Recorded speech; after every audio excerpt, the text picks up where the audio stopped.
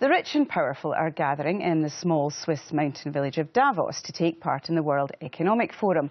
Business and global leaders will discuss topics from climate change to rising interest rates. But one poverty campaign group says the focus should be on how to reduce the worldwide gap between rich and poor. Ahead of the meeting, Oxfam GB has published a report claiming that just 62 people own the same wealth as half the population of the world. The world is getting richer and, according to Oxfam, more unequal. So much so that 1% of the world's richest people own more than the other 99%. The report found that in 2015, just 62 people owned as much as 3.6 billion people, the poorest 50% of the population. And instead of narrowing the gap between the richest and poorest, it is widening. The wealth of the richest rose by 44% in the 5 years since 2010, while the combined wealth of the poorest fell by 41% in the same period. Today, some have questioned Oxfam's report. The Adam Smith Institute has said that their figures are misleading and that if you measure it differently, you could argue there's greater equality globally. So, are we living in times of greater equality, or is global inequality reaching new extremes?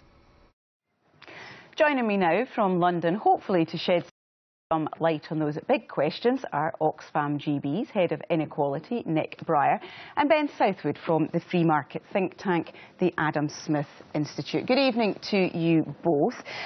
Ben Southwood, in what way are Oxfam's figures misleading? Well, there's really three main problems. The first one is a point of representation. When you start to sum up negative numbers, then you get some very strange results. So the bottom 2 billion people have negative net wealth, not zero net wealth. If you add them up, the amount actually gets smaller, as in a bigger negative number. So the poorest person in the world who's got some large negative wealth is actually richer than the next 2 billion people richer than him put together. So that's very misleading. The second point is it doesn't include human capital, so that people who've just finished university with large student debts come out as extremely poor on that measure, even if they're just about to start a banking job. And the third point is that other measures of inequality around the world actually show a narrowing distribution, not a widening one. Nick Breyer, do you accept that your figures are misleading? No, not at all. So the Adam Smith Institute has raised these concerns that they have before, and they're concerns that occurred to us when we first started looking at these data sources. So the first thing to say is this data is not something we've conjured up out of nowhere. This is data from Credit Suisse wealth report, widely regarded as the best available wealth data in the world, and also looking at the Forbes rich list. The point that Ben raised about, for instance, graduates with debt, it's misleading. It's a distraction from the real story. You can look at the overall wealth statistics, so the one you mentioned in your report. 1% of people have more wealth than the other 99% combined. Well, indeed, Ben Southwood, is that not something to be concerned about? Possibly.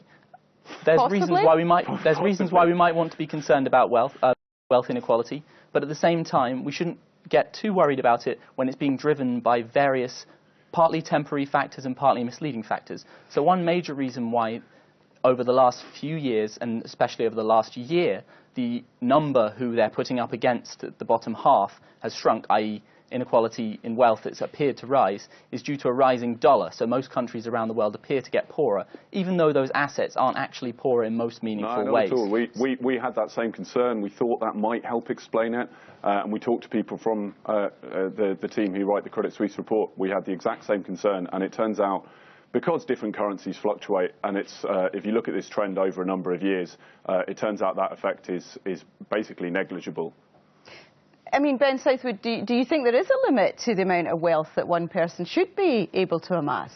Well, it depends under what circumstances they're gaining the wealth. So if you look at the 62 people who make up these top 62 people who own as much as half of the world, many of them, people like Bill Gates, Mark Zuckerberg and others, have created huge amounts of value for everyone else in the way to getting their own wealth. And then after doing so, they're putting that wealth partly into investment, which makes us all wealthier in the future, and partly into philanthropy, which solves problems like malaria. Mark Zuckerberg is trying to have a better immigration policy in the US. So I don't necessarily think it's that big of an issue to worry about, and I don't think there should be a cap put on the amount someone can the amount of wealth someone can bring to themselves when they're also creating wealth for others. So Nick Brown, briefly, it trickles down in the end. I mean, the fact is, and what history's shown us, that is the trickle-down effect simply isn't true. And you don't have to believe us on that. The president of the World Bank said the same just a few months ago. He said the World Bank has to recognise the trickle-down effect isn't real. Now, I mean, what Ben says about philanthropy is true. There's some incredibly generous individuals within those super-rich 62. But it doesn't change the fact that if you look at tax havens, for instance, a perfect illustration of this insane runaway inequality we have, a system that works for the very, very rich and very powerful few and against the majority, against the vast majority of us. So tax havens are holding something like $7.6 trillion of individual wealth. Now, that makes no moral or economic sense. That's money that could be fueling economies in rich and poor countries. It could be creating jobs. It's money that should be being taxed. Governments around the world are losing something like $190 billion because that wealth is stashed in tax havens, and that's money that should be getting kids into school, that should be getting sick people into hospital. It's ludicrous to say that that kind of tax avoidance isn't having a harmful effect on everybody. OK, there we must leave it. Nick Breyer, Ben Southwood, thanks very much. Thank you.